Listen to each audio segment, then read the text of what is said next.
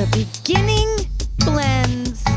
Let's sing two consonants together and make two letters blend.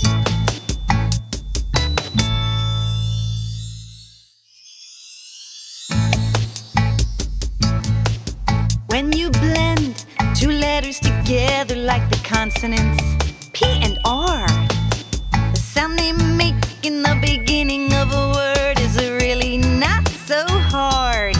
It goes purr, as in pray, purr, as in pry, purr, as in pro, purr, as in prize. That's the sound when you blend P and R.